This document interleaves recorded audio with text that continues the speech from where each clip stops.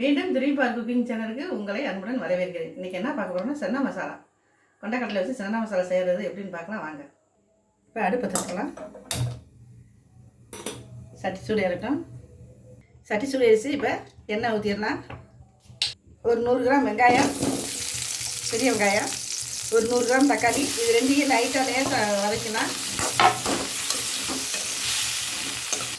இதில் வந்து 2 table spoon தேங்காய் துருவினது போட்டிருக்கேன். நீங்கள் போகணும்னா போட்டுருக்கீங்க. நீங்கள் எல்லாத்தையும் முந்திரி பருப்பு பார்த்து வச்சுக்கிங்க. இது லைட்டாக ரொம்ப வதக்க வேணாம், லைட்டாக. இப்போ அடுப்பு ஆஃப் பண்ணிடலாம். இதை போய் இது இப்போ ஆரவு அரைச்சிட்டு வந்துடுறேன். சட்டி சூடிடுச்சு. சட்டியில் எண்ணெய் ஊற்றிடலாம். நான் 3 குழிக்கரண்டி எண்ணெய் ஊற்றிருக்கேன். எண்ணெய் காயட்டும். இப்போ ஒரு பட்டை, 2 கிராம்பு, 2 பிரிஞ்சி இலை, ஒரு 1/2 டேபிள் ஸ்பூன் சீரகம், இது நல்லா பொரியட்டும். இப்போ நம்ம தேங்காயும் வெங்காயம், ஒரு 100 கிராம் வெங்காயம், 100 கிராம் தேங்காய், 100 கிராம் தக்காளி, கரண்டி கணக்கு பார்த்தீங்கன்னா 2 டேபிள் ஸ்பூன் திருவுண தேங்காய். இப்போ அதையும் அரைச்சி ஊற்றிடலாம். இப்போ இதை அரைச்சிட்டு வந்ததை இப்போ இதை ஊற்றிடலாம். நல்லா வதங்கட்டும். ரொம்ப வதங்கல, ஏற்கனவே வதக்கி தான் அரைச்சிருக்கோம். 100 கிராம் வெங்காயம், 100 கிராம் தக்காளி, 2 டேபிள் ஸ்பூன் வந்து துருவின தேங்காய். நான் ஏற்கனவே கொண்டக்கடலையை உப்பு போட்டு வேக வச்சு எடுத்து வச்சுருக்கேன். நான் 100 கிராம் கொண்டக்கடலை எடுத்து வச்சுருக்கேன். இஞ்சி பூண்டு பேஸ்ட்டு 1 டேபிள் ஸ்பூன், அதையும் போட்டு நல்லா வதக்கணுங்க. நல்லா பச்சை வாடை போகிற வரைக்கும் நல்லா வதக்கிடலாம்.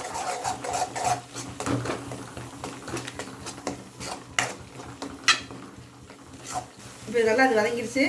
ஒரு 1/4 டீஸ்பூன் வந்து மஞ்சப்பொடி ரொம்ப போடாதீங்க, கலர் வந்து மாறிடும். மிளகாப்பொடி 1 டேபிள் ஸ்பூன். நீங்கள் காரத்துக்கு தகுந்த மாதிரி போட்டுக்கிங்க. நான் ஒரு டேபிள் ஸ்பூன் போட்டிருக்கேன். மல்லிப்பொடி 1 tablespoon, 1/2 teaspoon. Garam masala 1/2 teaspoon. தனி மிளகாப்பொடி 1 டேபிள் ஸ்பூன். மல்லிப்பொடி மல்லிப்பொடி 1 டேபிள் ஸ்பூன். சீரகப்பொடி 1 டீஸ்பூன்.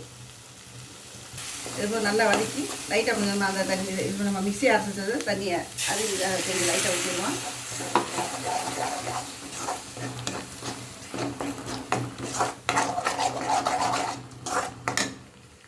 ஆம்ச்சூர் பவுட்ரு ஒரு 1/2 டீஸ்பூன். எல்லாம் போட்டு நல்லா வதக்கிடுவோம். இப்போ நல்லா கொதிக்குது. நான் மிக்ஸி சாரை அந்த அரைச்ச மிக்ஸி சாரை கழுவி ஒரு 1/2 டம்ளர் தண்ணியை ஊற்றி வச்சுருக்கேன். இப்போ அந்த தண்ணியில் நல்லா வதட்டும். நான் ஏற்கனவே சுண்டல் உப்பு போட்டு வேக வச்சுருக்கேன். அதனால் இதுக்கு மட்டும் இந்த மசாலாவுக்கு மட்டும்தான் உப்பு பார்த்து பத்தலைன்னா போட்டுக்கலாம். கல் உப்பு போட்டிருக்கேன். போட்டு ஒரு லைட்டாக ஒரு கொதி வரட்டும். இப்போ எண்ணெய் பிரிஞ்சு வந்துருச்சு.